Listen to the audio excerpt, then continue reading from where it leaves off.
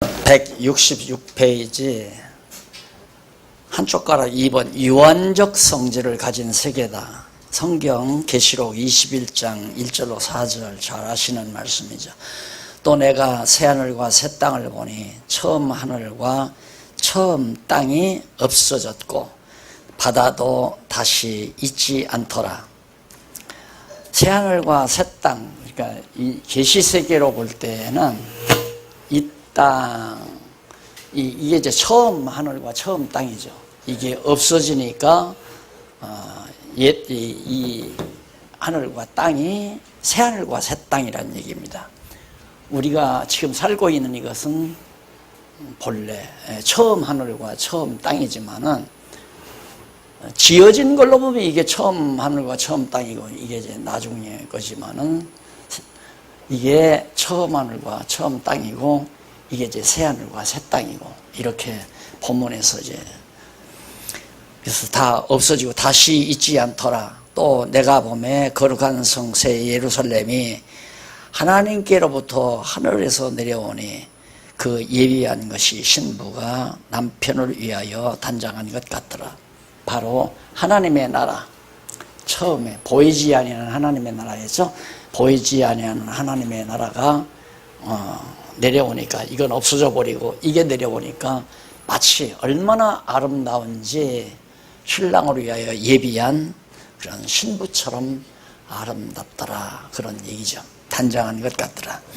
내가 들으니 보좌에서 큰 음성이 나서 가로되 보라, 하나님의 장막이 사람들과 함께 있으며, 하나님의 장막이란 말은 하나님이 거처하시는 하나님의 나라, 이제 하나님이 지어놓으신 하나님의 나라, 그것이 사람들과 함께 있으며 하나님이 저희와 함께 거하시리니 저희는 하나님의 백성이 되고 하나님은 친히 저희와 함께 계셔서 모든 눈물을 그 눈에서 씻기시며 다시 사망이 없고 애통한 것이나 곡하는 것이나 아픈 것이 다시 있지 아니하리는 처음 것들이 다 지나갔습니다.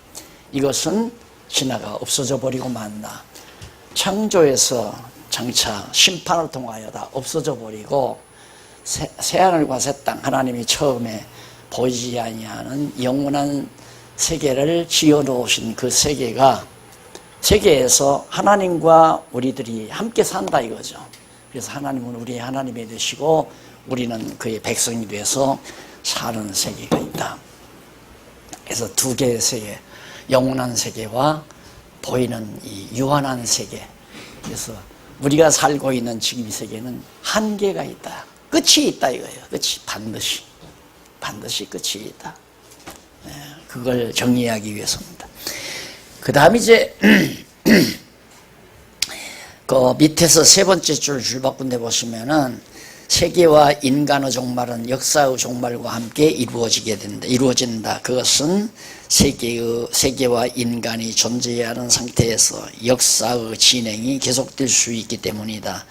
따라서 기독교 세계관에 있어서 피조세계란 유한적인 성질을 가진 것으로 보기 때문에 우주도 인간도 역사도 모두가 다 유한적일 수밖에 없죠. 전부가 다 끝이 난다. 그 다음은 그 밑에 줄 바꾼 데 보시면은 영원 세계는 영원부터 자존하여, 영원 세계는 영원에서부터 스스로 하나님이 창조해서 그때부터 존재한 것이죠. 영원 세계라고 하는 것은. 그래서 영원 세계는 영원부터 자존하여 피조 세계를 초월한 상태로 그 다음 영존, 아주 영원히 존재한다. 그러니까 영원한 창조, 영원한 세계에서 하나님이 영원한 창조를 통해서 영원한 세계를 지어놓았기 때문에 이 세계가 오고 이제 시간 세계, 계시 세계는 종말을 고한다, 그런 뜻이죠. 자, 그 밑에 한쪽 가로 1번 풋노트 각 줄을 한번 보세요. 고린도후서 4장 18절 거기 보면 우리의 돌아보는 것은 보이는 것이 아니요 보이지 않는 것이니 보이는 것은 잠깐이요 보이지 않는 것은 영원함이니라.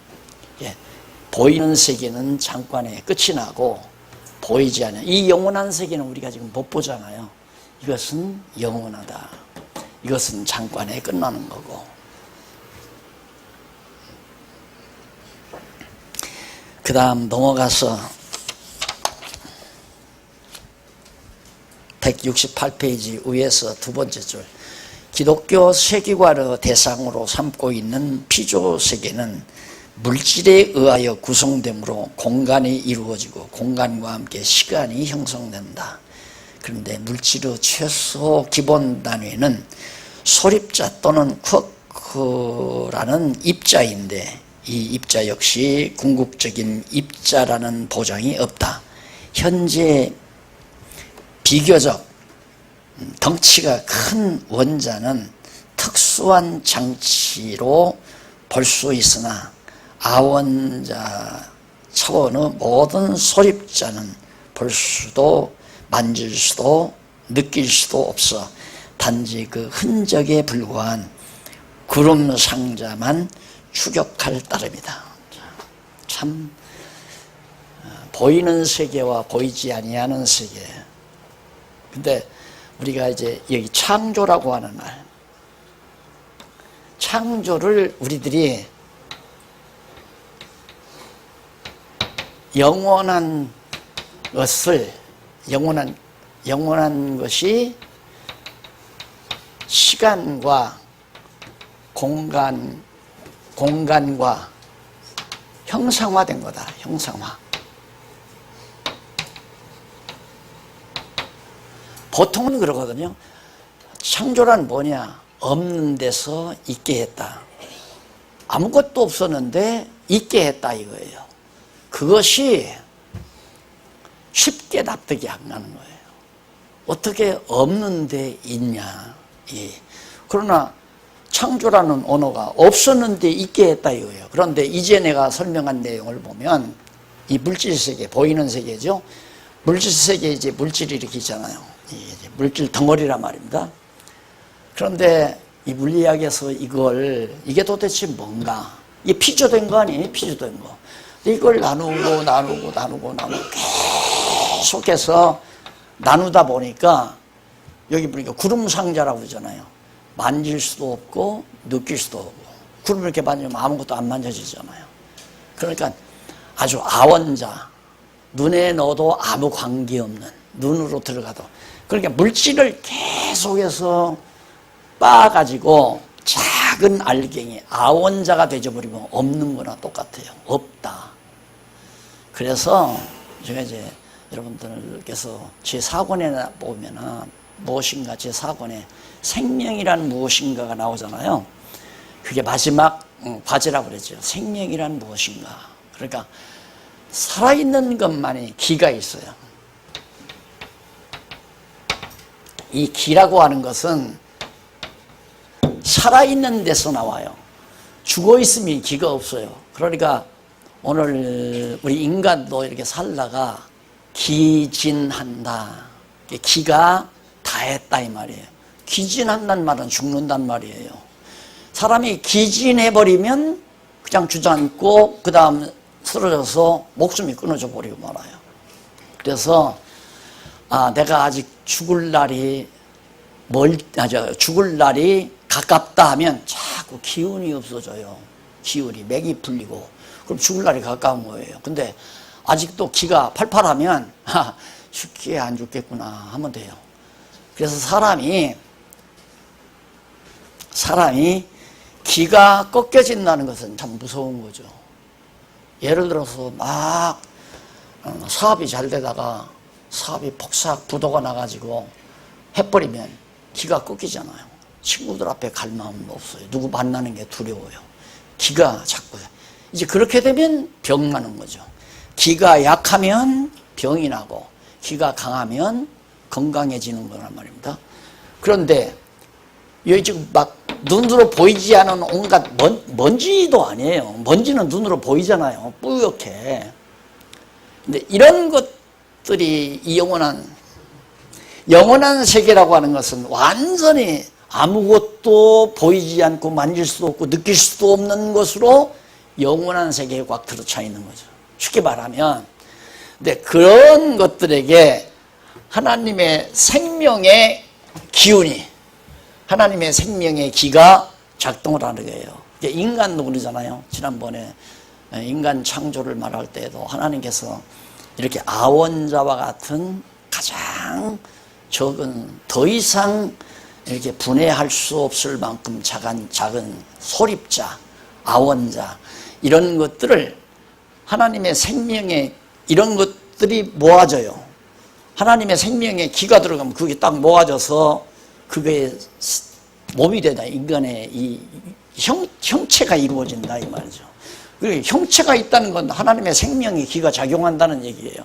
이 지구 덩어리라고 하는 것이 이렇게 존재한다고 하는 것은 이 지구 덩어리 안에 하나님의 전능하신 생명의 기가 작용을 해서 지구 덩어리가 공중에 둥둥 떠 있기도 하고, 물은 물, 육지는 육지, 거기에서 뭐 초목들이 자라고 바다에서 물고기도 들어오고 다 생명체 아니에요. 살아있는 거란 말입니다. 왜 살아있느냐? 생명의 근원 되신 하나님이 기운을 공급해 주니까 살아있는 거거든요.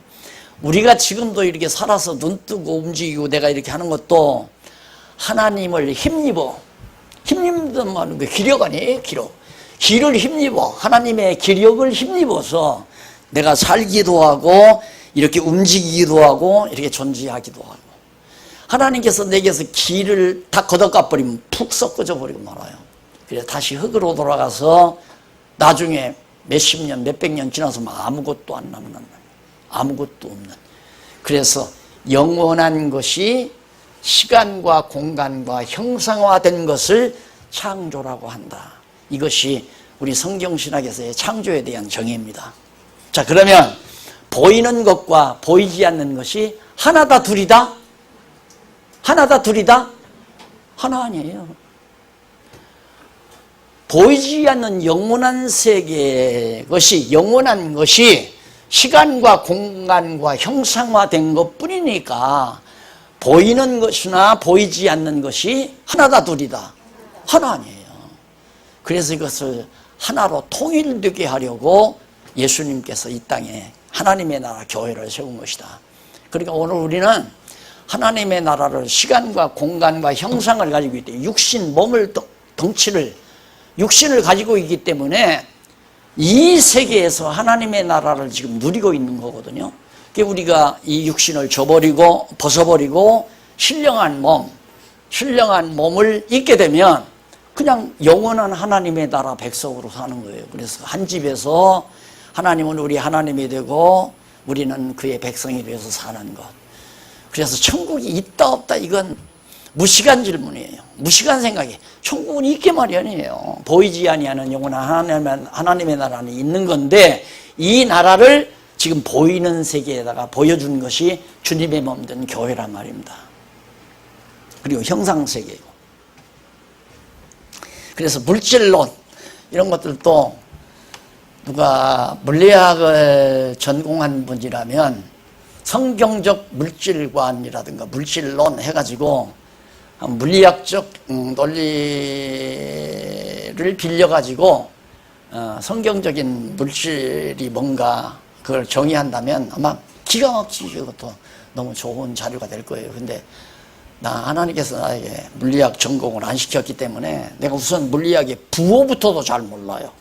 그러나 그 원리만은 이렇게 알지. 원리만은 영원한 것을 하나님이 시간과 공간과 형상화시켜 놓은 것이 창조다 그 말이에요. 없는 데서 있게 했단 말은 그건 아주 저급한 견해예요. 영원한 세계를 모르는 그런 사람들이 그런 생각을 하지, 없는 데서 어떻게 있게 해요? 없는데. 그래서 그러가 진짜 존재하는 것은 영원한 것이, 이건 끝나지 않잖아요. 없어지지 않는단 말입니다. 이건 없어질 것이고, 없어진단 말은 다시 창조는 그것을 심판해서 여기서 끝나고, 없어진단 말은 다시 어디로 돌아간다? 영원한 하나님께로, 영원한 것으로 돌아간다는 얘기거든요. 우리는 영원히 사는 거예요. 우리가 그래서 영생, 영원히 산다는 말도 믿어질 수밖에 없는 거예요. 이야, 그렇구나. 우리가 박용기라고 하는 것이 이 형태가 아니잖아요. 예? 이 형태가 아니란 말입니다. 형태라면 기가 막힌 조각가가 나를 만들 수 있어요. 내 모습 그대로. 그게 내가 박용기가 아니잖아요. 박용기는 이 안에, 뇌리 안에 들어있는 내 사상, 내 모든 관념, 또 신앙, 여기에 담겨있는 하나님에 대한 지식, 이런 것들에 의해서 나를, 보이지 아니하는 나를 구축하고 있는 내면 세계가 진짜 나죠. 그게 바로 영원히 산다는 말이에요. 지금 우리가 사는 건 잠시 보이는 세계에 나도 머물기 위해서는 보이는 물질로 이 형태, 이걸 몸을 우리가 빌려 입은 것뿐이지, 이걸 가지고 우리는 키가 작다, 막 크다 해서 잘났다 못났다 이거 평가할 필요도 없잖아요. 그러니까 나 키 작아도 하나 기 안 죽고 살잖아요. 그게 중요한 거 아니니까. 네. 자, 그 다음 넘어가 보십시다. 그 68페이지 밑에 세 번째 보면 세계가 종말론적인 또 하나의 이유가 있다. 창조라는 말은 없는 데서 있게 만드시는 것을 말한다. 없는 데서 있게 말하는 것을 말한다. 그러나 좀 더 다른 말로 창조를 표현한다면 영원 안에서 영원한 것이 하나님의 능력에 의하여 시간과 공간과 형상화된 것이라고 말할 수 있다. 지금 내가 설명한 거죠. 넘어가서 170페이지 제일 위에 피조세계가 종말론적인 또 하나의 이유가 있습니다. 이것이 정말 유한적인 이유가 또 하나가 있는데, 그것은 피조세계의 창조가 하나님의 영원하신 계획에 의하여 시작되었다는 데 있다. 언제나 계획은 목적을 수반한다. 여기서 하나님이 계획을 했잖아요. 계획을 할 때에는 목적이 있어서 계획을 세우는 거예요. 어떤 목적 달성을 위해서. 그러면 계획을 했던 말은 계획대로 목적이 다 이루어질 때가 있잖아요. 목적이 다 이루어지면 이미 끝나는 거죠. 그렇잖아요. 그렇기 때문에 이 유한 세계는 반드시, 이 보이는 세계는 유한적일 수밖에 없다. 그래서 그 중간에 줄바꾼데 하나님께서 계획하신 목적을 이루는 방법을 크게 세 가지로 분류할 수 있는데, 그것은 첫째가 세계를 창조하시는 것이고, 둘째는 세계를 보존하시는 것이며, 셋째는 세계를 종결하시는 것이다. 하나님이 창조해 놓으시고, 그 다음에 이것을 잘 보존하시고, 이것이 잘 그대로 이게 태양계나 은하계나 모든 하나님이 지어놓은 것들이 그대로 파멸 없이 운행이 되어지도록 하나님이 보존시킨다 이 말이죠.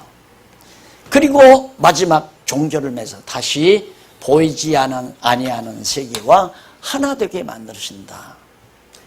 보이지 아니하는 것을 보이는 세계로 계시하셨다가, 이것을 계시하셔서 보존시켰다가 다시 영원한 세계와 하나의 대로 영원한 세계로 돌아가게 한다. 이것이 우리가 가지고 있는 세계관이다. 유한적 성질을 지니고 있는 세계관이다.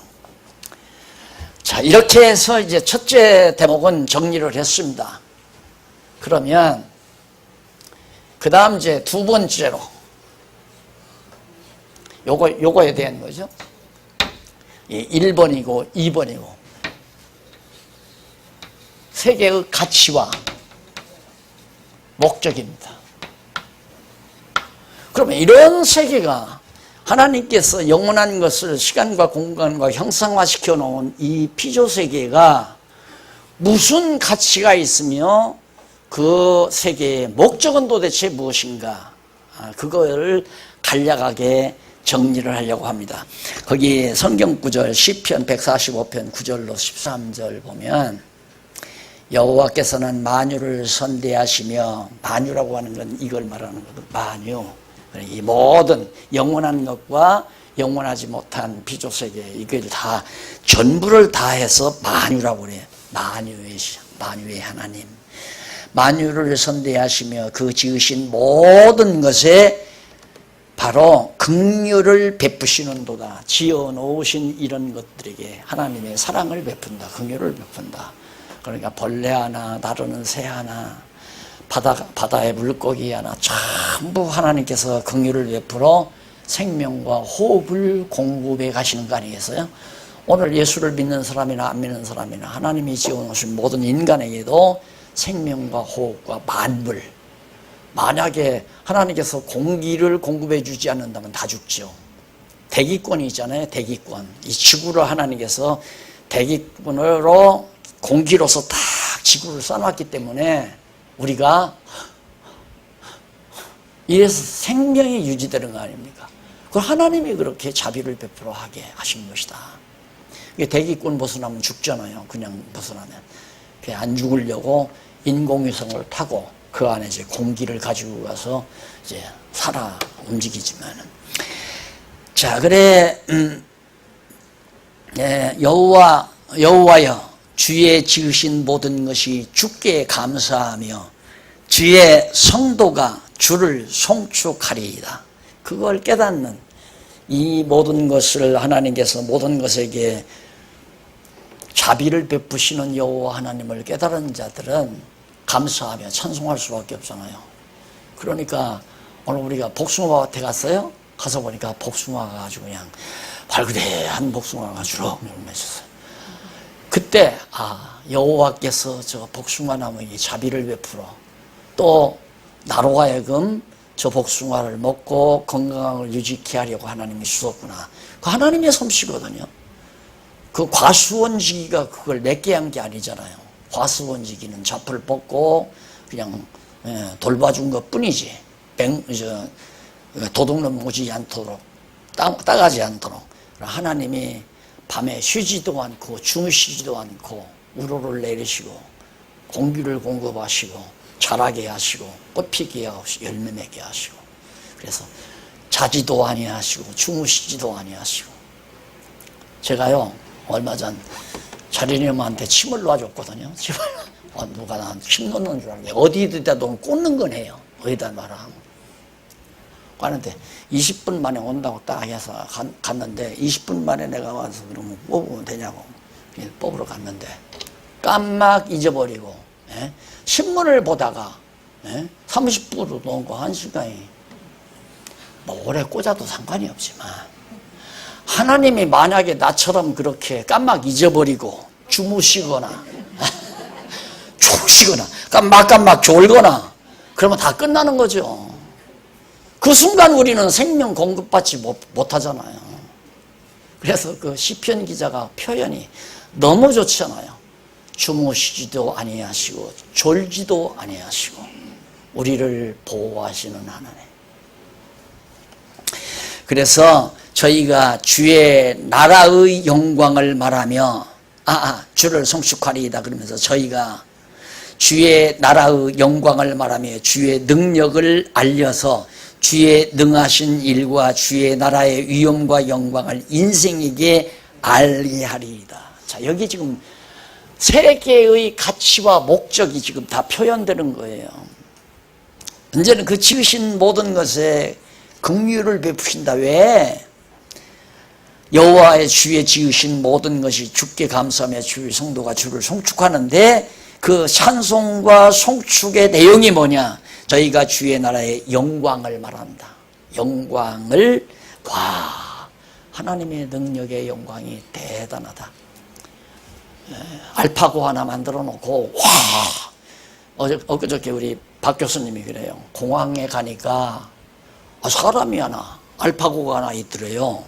그래서 가서 여기 외환 환전 장소가 어디냐고 그러니까 날 따라오라고 그러더래요. 따라가니까 딱 아는 데를 김포공항 저 인천공항 내가 한번 가보려고 그래요. 나도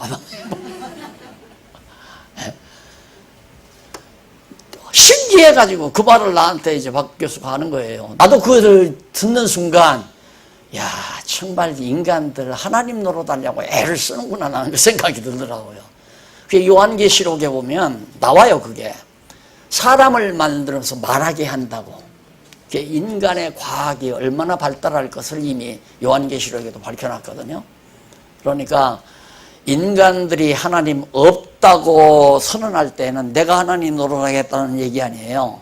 에덴 동산에서 하와가 선악을 알게 하는 과일을 따먹은 것은 자기가 에덴 동산에 하나님 노릇하려고 선악을 알게 하는 과일을 따먹었단 말입니다. 그런데 노아 홍수 때에도 문제는 그거예요. 조상들에 의해서 다 들었거든요. 야, 우리 조상들이 다 죽었다. 근데 노아만 남아가지고 세 아들에게서 너는 야벳의 후손이다. 우리 조상은 야벳이다. 우리 조상은 셈이고 우리 조상은 함이다. 이러고 이제 하면서 홍수로 다 죽었다는 거 얘기할 거 아니에요. 다 알았으니까 조상이. 그러니까 야, 이 다음 또 하나님이 홍수 내릴지 몰라. 우리가 우리의 힘으로 하나님의 진노를 피하자. 그게 뭐냐면 바벨탑이에요. 바벨탑을 하늘 높이 롯데빌딩 짓듯이 그렇게 지어놓으면 롯데빌딩 볼 때마다 야, 저렇게 이쁘게는 못했지만 바벨탑을 저렇게 구상하지 않았을까. 왜? 물 올라오고 자꾸 이렇게 올라가면 되니까 위로. 그렇게 하나님을 대적해서 하나님을 겨루고 이기려고 하는 것이 인간의 본능이란 말입니다. 그러니까 인간들은 꾸준히 머리를 쓰고 연구해서 정말 놀라게 할 수 있는 인간을 만들어내고 싶어 하는 거. 그래서 앞으로는 이제 슈퍼에나 어디 백화점 같은 데 가면 사람의 팔을 파는 데가 있고, 팔도. 그다음 어떤 데는 인간의 눈을 파는 데가 있고, 부속품. 이게 자동차 부속품들을 만들어서 부속품 가게에 가면 뭐 타이어도 사고 무슨 뭐 여러 가지 자동차 부속품을 사다가 이제 고치잖아요. 그러듯이 인간의 부속품 하나 성공했잖아요. 팔 이식 수술에 성공했단 말입니다. 이제 팔도 만들어내요. 팔도 구체적으로. 그러니까 지금은 남의 팔 금방 죽은 사람 자르다가 했을 거예요 아마. 그런데 앞으로는 그 만들 수 있거든요. 물질로 조합하면 물질 분해해서 그 물질 만들면 뼈도 만들고 살도 다 만든단 말입니다. 문제는 인간의 영혼은 만들 수가 없잖아요. 그렇잖아요. 인간의 영혼은 못 만든다 이 말입니다. 근데 부득불 하나님처럼 인간 만들려고 하니까 지금 인천공항에서 그래. 외환전이 어딥니까? 따라가라고 그래. 주경경 따라가니까 딱 인도에 주더래. 가보고 싶죠? 어째 가보세요. 자, 그러니까 결국은 하나님의 놀라운 그 세계가 결국 뭘 드러내냐면 하나님의 능력의 영광을 드러내는 거죠. 계시니까. 계시 아니에요? 예, 계시니까. 그러니 이 우주의 신비로움은 다 지금 밝혀지지 않잖아요. 이 은하계 안에 지금 태양계가 있잖아요. 태양계가 있는데 이 은하계가 한두 개가 아니라는 거예요. 끝도 없이 은하계가 엄청 많으니까 인간들이 우주 개발한다고 나서는 거 보세요. 주책 없이. 예. 그래서 아무리 생각해봐도 이 지구는 인간들이 살아가는 가스도 다 고갈하고 한계가 있으니까 기름도 다 고갈하고 인간들이 써야 될 자원이 다 고갈하면 못 산다. 그리고 이 지구가 오염이 돼서도 못 살고 자꾸 바닷물이 썩어 들어가고 지금 해수욕장 하나 폐쇄됐잖아요. 예? 이 낙동강인가? 낙동강물이 뭐 퍼렇게 끼어가지고 그게 비가 오니까 다 내려가가지고 해수욕장 덮어가지고 앞으로는 이게 더 극심해진단 말입니다. 세월이 갈수록. 그러니까 머리 쓰는 사람들이 야 우리 이민 가자. 어디로? 호주도 필요 없어. 거기도 마찬가지예요. 어디로? 화성으로 가자. 화성. 토성으로 가자. 달로 가자. 그래서 개발을 하려고 하잖아요. 거기 이민 가서 저 자식들 잘 있고 영원토록 죽지 않고 거기서 살게 하려. 그렇게 인간들이 머리를 쓰지만은 안 되는 거예요. 왜? 어리석은 거죠. 그러니까 결국은 그런 모든 것을 볼 때마다 야 신묘막측하다 그러잖아요. 신묘막측하다. 그리고 참 신비롭다 그러잖아요. 신비.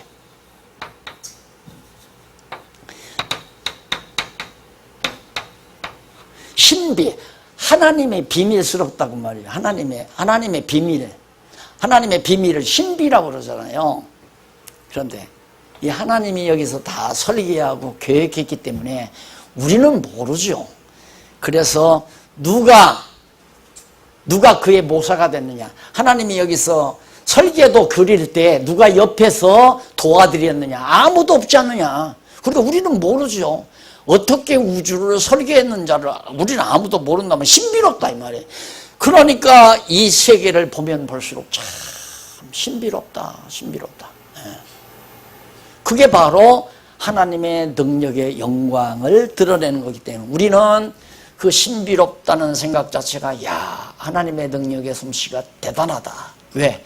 그 영광이 드러나기 때문에 지금 그 얘기거든요.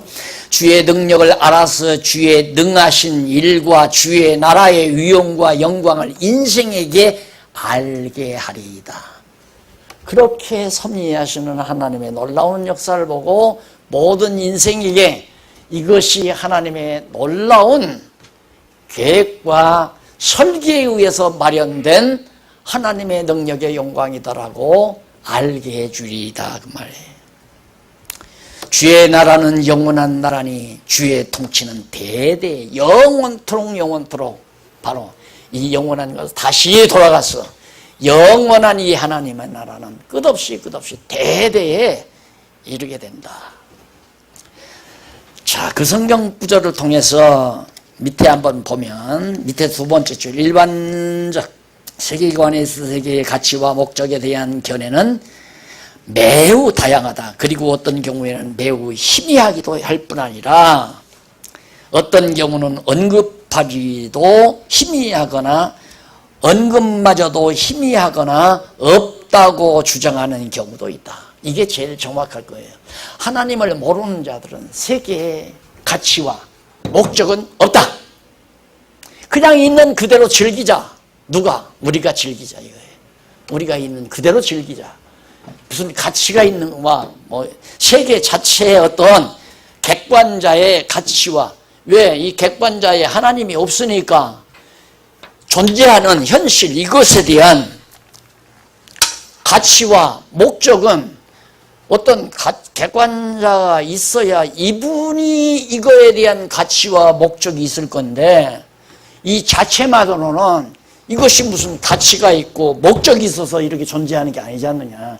어떻게 존재했는지도 모르고 이것이 어떻게 생겼는지도 사실 우리 모르니까 가치와 목적은 우리가 말할 수 없다. 이게 제일 정직한 자들의 대답이라고 나는 생각을 합니다. 그러나 성경은 이것에 대한 가치와 목적을 분명하게 해주죠. 그래서 우선 세계는 계시로서 나오잖아요.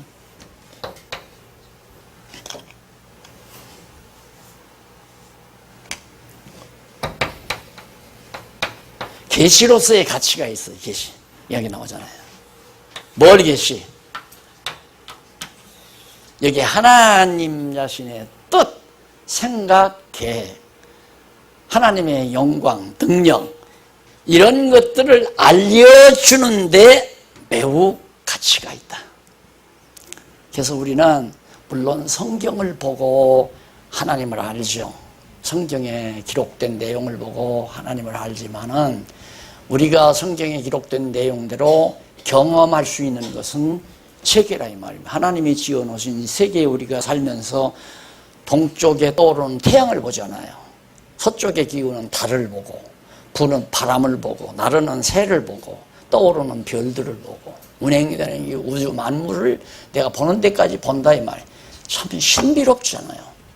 그래서 성경에 기록된 하나님을 내가 사는 삶의 터전인 세계에서 내 몸으로 체험하고 경험함으로 더 확실하고 분명한 거죠. 그래서 계시로서의 매우 가치가 있다. 그러니까 참 그 신비로운 것은 똑같이 땅속에서 이렇게 초목이 자라나는데 어떤 것은 노란 꽃이 피고 어떤 건 빨간 꽃이 피고 어떤 것은 자줏빛깔 꽃을 피고 하얀 꽃을 피고 참 신비롭잖아요. 그런 것들 다 모두가 다. 그러니까 하나님이 일일이 주무시지도 않고 졸지도 아니하시고 일일이 그 개체마다 하나님께서 거기에 해당되는 생명의 기운을 공급해서 아이고 하나님 참 바쁘시겠다. 그러니까 쉬지 않고 주무시지도 않죠. 이 우주 온 모든 만물, 별만 해도 얼마나 많습니까? 별 하나하나, 모든 초목 하나하나, 인간 하나하나, 모든 생물 하나하나 하나님이 하나도 놓치지 않고 간섭하지 아니하시는 것이 하나도 없다. 모든 것 간섭하셔서 질서 있게 하나님의 설계대로 운행되고 보존되도록 섭리해 가신다. 그래서 거기 계시록서에 같이 보면 172페이지 성경, 네가 있기 전 하나님이 사람을 세상에 창조하신 날부터 지금까지 지나간 날들을 상고하여 보라. 하늘 이 끝에서 저 끝까지 이런 큰 일이 있었느냐? 어떤 국민이 불 가운데서 말씀하시는 하나님의 음성을 너처럼 듣고 생존하였느냐?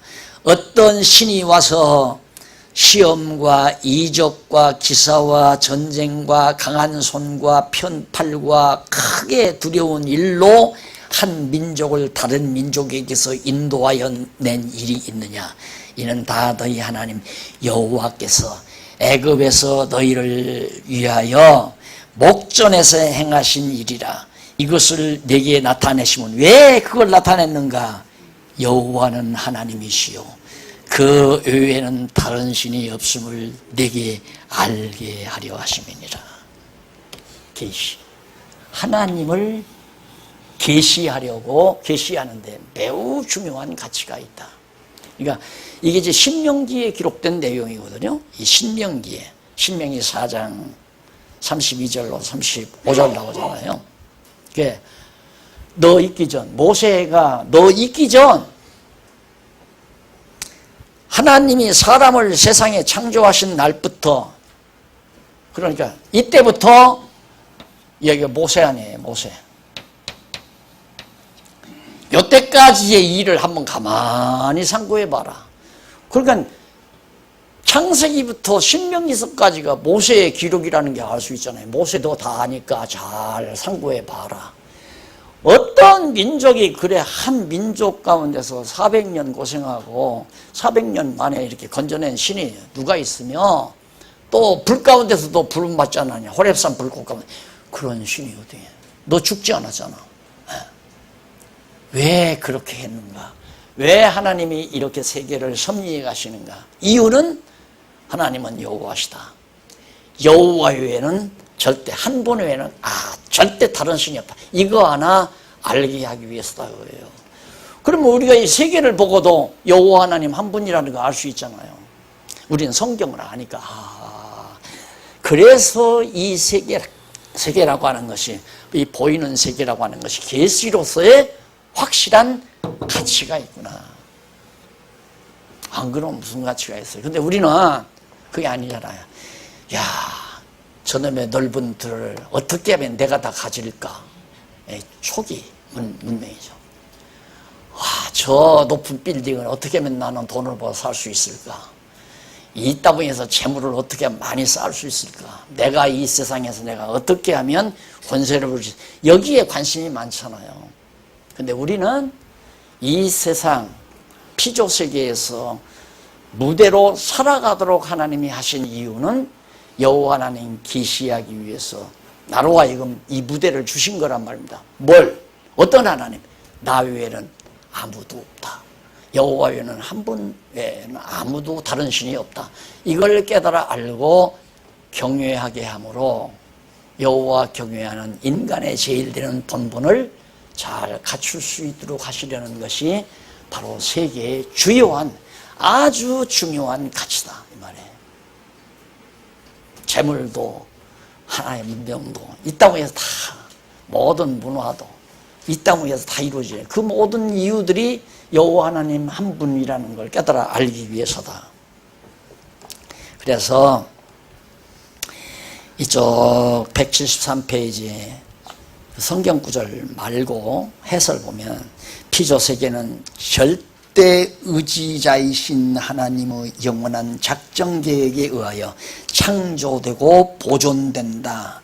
이렇게 피조세계는 하나님의 의지가 담겨진 것이기 때문에 반드시 의미를 가지고 있으며 그 의미는 당연히 가치를 수반하는 것이다. 그래서 피조세계는 가치를 갖고 있다. 이렇게 참 의미가 있는 거구나.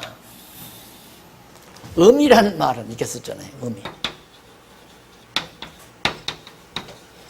의미. 만미자거든요. 뜻의 자고. 그러니까 맛이 있는 뜻. 그러니까 의미다라는 말은 이 세계라고 하는 것은 어떤 뜻이 담겨져 있다. 누구 뜻? 창세전 하나님이 가지고 계셨던 설계, 계획, 뜻.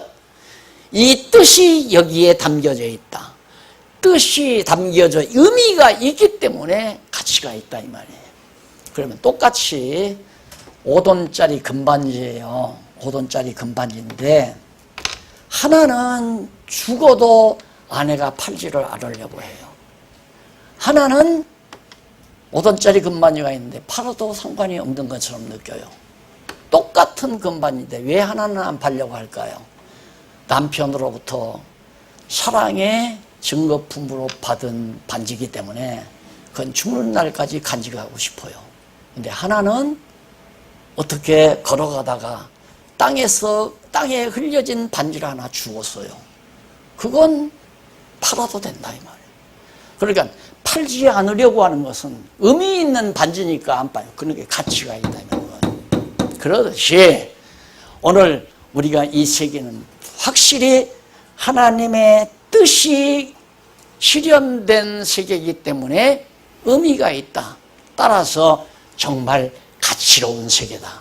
그래서 세계의 가치. 정확하죠? 그래서 거기 보면 성경적 개념 두 번째 문단, 세 번째 문단. 두 번째 문단 보십시오. 세계의 가치란 무엇인가? 이 문제를 해결하기 위하여 먼저 절대자이신 하나님께서 절대 의지로 영원 안에서 작정하신 대로 다 같은 얘기예요. 밑에 내려가서 줄 바꾼데 성경적 기독교는 계시를 크게 두 가지로 구분한다. 하나는 일반 계시이고 또 하나는 특별 계시다. 그렇죠? 이건 일반 계시예요. 이 세계는 일반 계시. 특별 계시는 뭐냐? 이 세계를 창조하시고 창조하신 이 세계에서 하나님이 섭리하시고 보존해 가시는 것. 아까 읽어드린 성경 말씀에 나온 거예요. 그러니까 특별히 하나님께서 성경에 기록해 놓은 것은 특별 계시고 기록하지 않고 이렇게 시간과 공간과 형상세계로 우리의 눈앞에 펼쳐져 있는 것은 일반 계시란 말입니다. 그런데 일반 계시는 특별 계시 없이는 올바르게 일반 계시를 통해서 깨달을 수가 없어요. 해석이 안 되니까. 그러니까 이것과 같죠. 수학 문제가 잔뜩 주어진 수학 교과가 이제 고등학교 가니까 학생들에게 나눠졌어요. 학생들이 보니까 와 수학 문제가 잔뜩 있는데 답은 전혀 알 수가 없는 거예요. 그러면 자연히 지금도 그런 질문이면 참고서를 가서 사잖아요.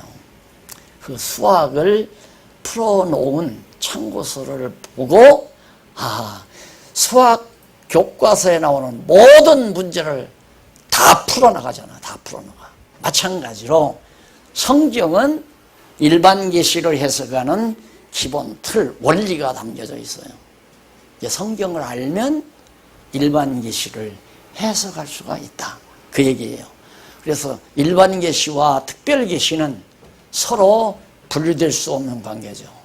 그런데 세속학문이라고 하는 것은 특별 계시를 모르잖아요. 성경을 모르잖아요. 모르니까 일반 계시 이것도 알 수가 없어요. 아무것도 몰라요.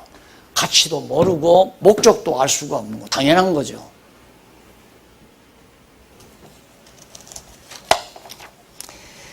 자, 그 다음에 이제 그 내용을 지금 쭉 설명해 놓은 내용입니다. 그 뒤에 나오는 내용들은. 그래서 그 이쪽 한번 거기만 살짝 읽어보시고 1175페이지 175페이지 한 중간쯤 딱 앞부분에 보시면 그러므로가 나와요. 아마 11번째 같습니다. 11번째 위에서부터 11번째 줄 딱 앞에 보면 그러므로 하나님을 모르면 세계를 알 수 없고 세계를 모르면 하나님도 모르게 된다. 그렇죠. 이 세계에 대한 해석이 없으면 하나님도 몰라요. 하나님을 알아야 이 세계를 알기 때문에 세계를 모른다는 말은 하나님을 모른다는 말이에요. 그러니까 서로 관계가 있는. 왜? 이 세계라고 하는 것은 하나님 자신을 계시한 내용, 계시한 것이기 때문에 당신의 뜻과 계획과 설계도대로 그대로 하나님의 능력과 영광을 드러낸 거란 말입니다. 그러니까 저걸 세계에 대한 이걸 해석할 수 있고 이걸 알아야 하나님을 알 수 있는 거죠. 이게 저걸 알려면 이제 성경을 알아야 일반 계시를 아는 거죠. 그다음 넘어가서 하나님의 영광 선포의 목적이 있다.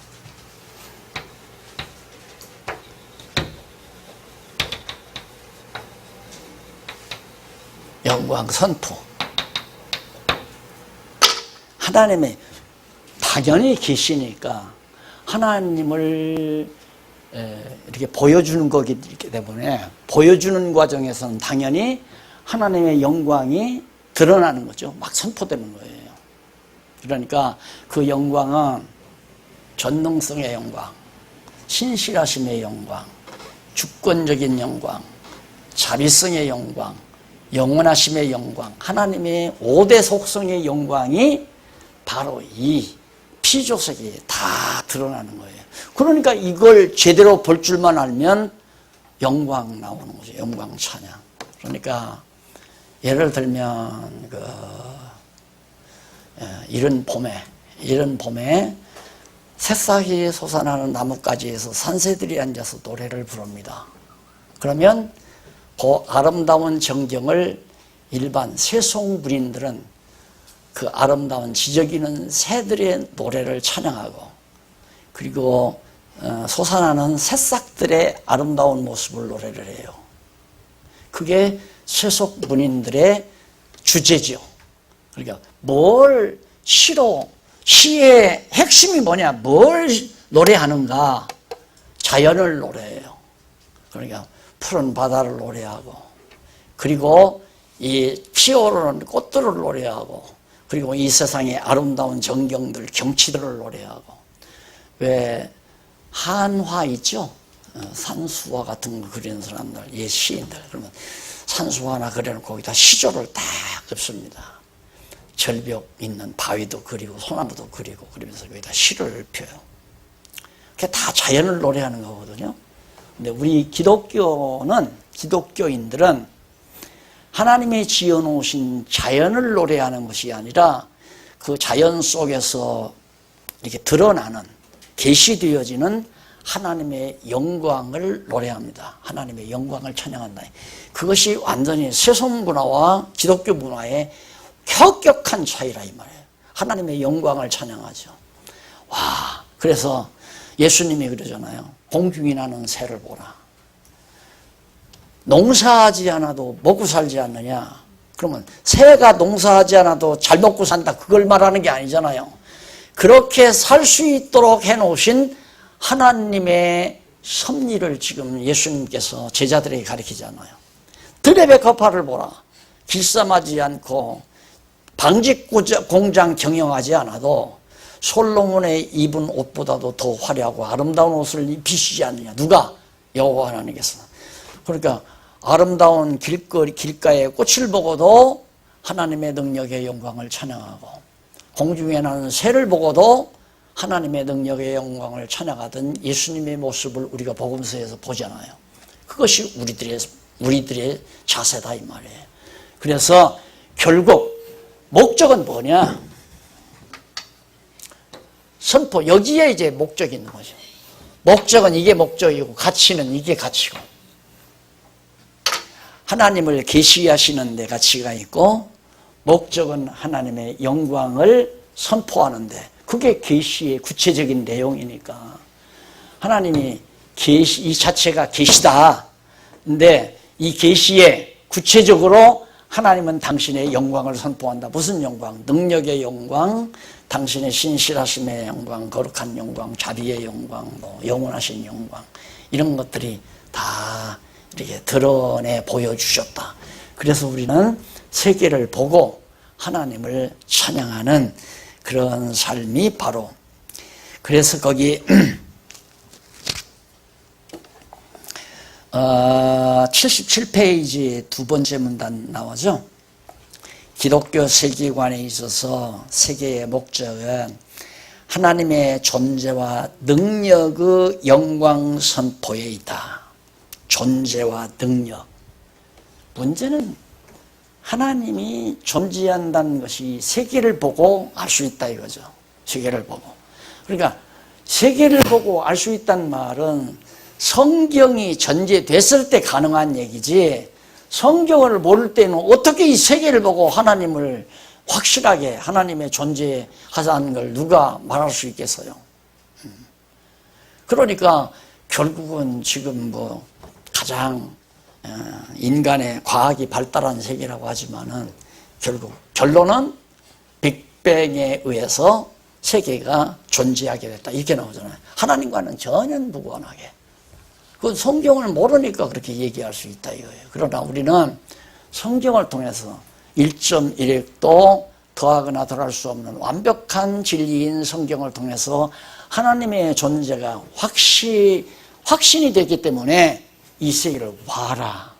이 세계가 하나님의 존재와 능력의 영광을 드러내신다.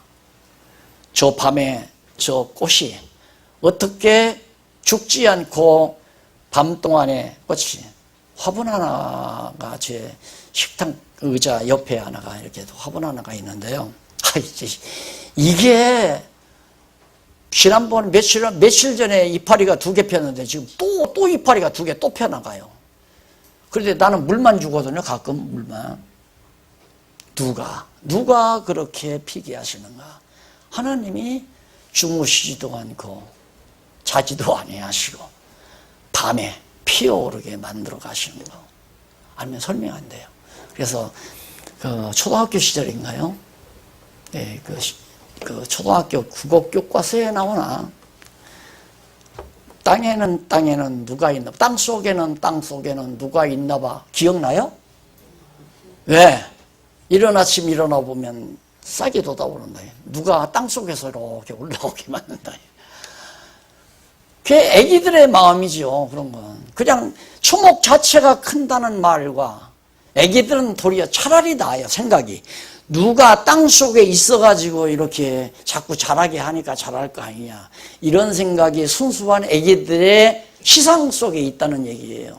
그러나 오늘 우리는 땅 속에서 누가 있어서 기르는 게 아니라 우주와 만물을 창조하신 하나님이 주무시지도 않고 졸지도 아니하시고 밤새껏 자라게 하시고 뿌리를 통해서 수분을 공급하고 영양을 공급해서 줄기를 통하여 싹이 점점 자라나도록 하나님께서 그런 설계대로 지어 놓으시고 설계대로 되어지도록 보존해 가시고 그래서 초목 하나가 자라난다.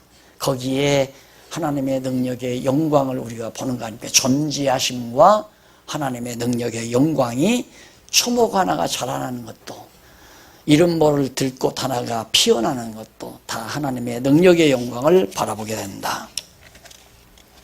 이신론자들은, 앞에서 말했죠. 이신론자들은 그 밑에 문단에 보시면 이신론자들은 하나님이 세계를 떠나 버렸다고 말함으로써 창조주 하나님께서 세계를 창조하신 목적에 대하여 언급해야 할 이유를 제거해버린다.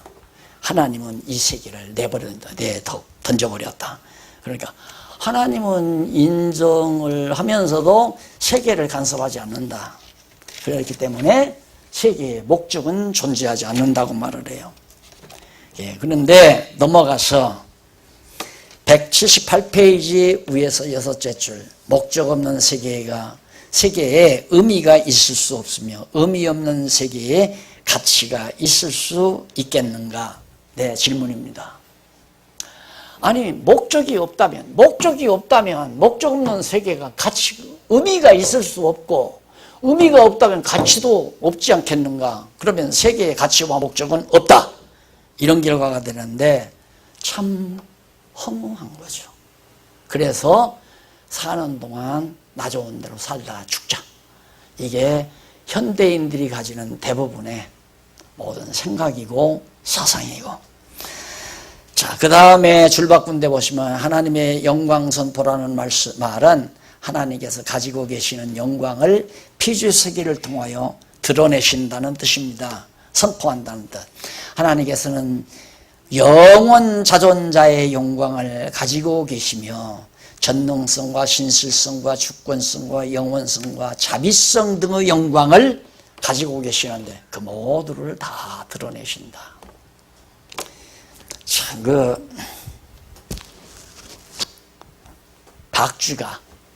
박쥐 있잖아요. 눈 못 보죠? 박쥐는 볼 수가 없어요. 그럼 뭘로? 청각이에요. 박쥐는 귀로 듣는 것으로 보는 거예요. 사과가 저렇게 있어요. 우리 눈에는 동그랗고 빨갛게 보이죠. 근데 박쥐의 귀에는 그대로 보이는지 안 보이는지 내가 경험을 못하니까 모르죠. 근데 박쥐가 캄캄한 동굴 안에서 여러분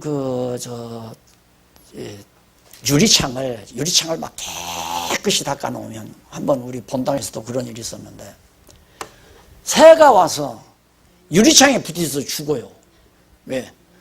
솔고의 그림 가운데도 그런 거 있어요. 너무 솔고가 그림을 잘 그려놓으니까 그 그림에 와서 새들이 날아와서 이제 부딪히는 그런 정도로 솔고가 그림을 잘 그렸다 그러는데 박쥐는 깜깜한 동굴 속에서 거처하는데 기가 막히게 안 그러면 그것들 날아다니다가 벽에 부딪혀서 머리가 깨져버리고 떨어져 죽고 머리에 자극받아서 그런데 그 막 가시덤불 막 우거진 나무까지 그거 잘 헤치면서 날아다니잖아요. 신비롭잖아요. 그런 것들이. 그러니까 정말 하나님의 그 능력의 세계는 대단한 거죠. 하나님께서 박쥐에게는 그런 자비와 공유를 베풀어서 또 그렇게 생명을 유지하게 만들고 눈으로 보이지 않는데 먹을 것을 또 찾아서 잘 먹어서 굶어 죽지 않게 만들어 놓은 것이고 각양각색으로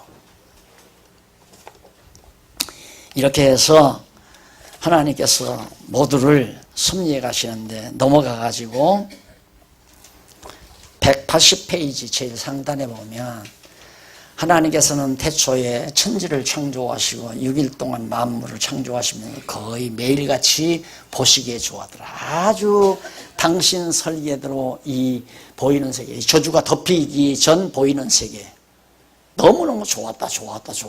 좋게 다 지어놨는데 타락함으로 여기에 다 저주가 덮였어요. 그래서 사람들이 저 지으신 만물을 통해서는 하나님의 존재와 능력의 영광을 다 볼 수가 없게 된 거죠. 그러니까 우리가 신령한 눈이 밝아지게 되면 하나님의 능력과 존재의 영광을 바라볼 수 있게 된다. 그래서 마지막 이쪽 181페이지 이는 만물이 주에게서 나오고 주로 말미암고 주에게로 돌아갑니다. 영광이 그에게 세세히 있으리라. 이것들을 증거하시니까 가라사대 내가 진실로 속히 오리라 하시거늘 아멘. 주 예수 오시옵소서. 하나님의 영원하신 것을 드러내시고 계시세계로 보이는 세계로 이것을 다 보존하시고 그러다가 다시 영원한 세계로 돌아가게 하신다.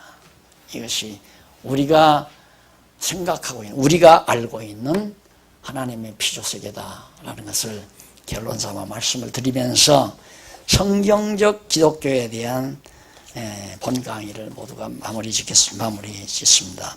다음 시간에는 이 뒤에 나오는 182페이지 하나님과 세계와 인간의 관계도를 중심으로 최종 결론 삼아서 그동안 못 나오셨더라도 다음 주일 나오시면은 되게 윤곽적으로 기독교, 성경적 기독교가 정리되리라고 그렇게 생각을 하면서 약속하시면서 오늘 강의를 마무리합니다. 기도하십시다.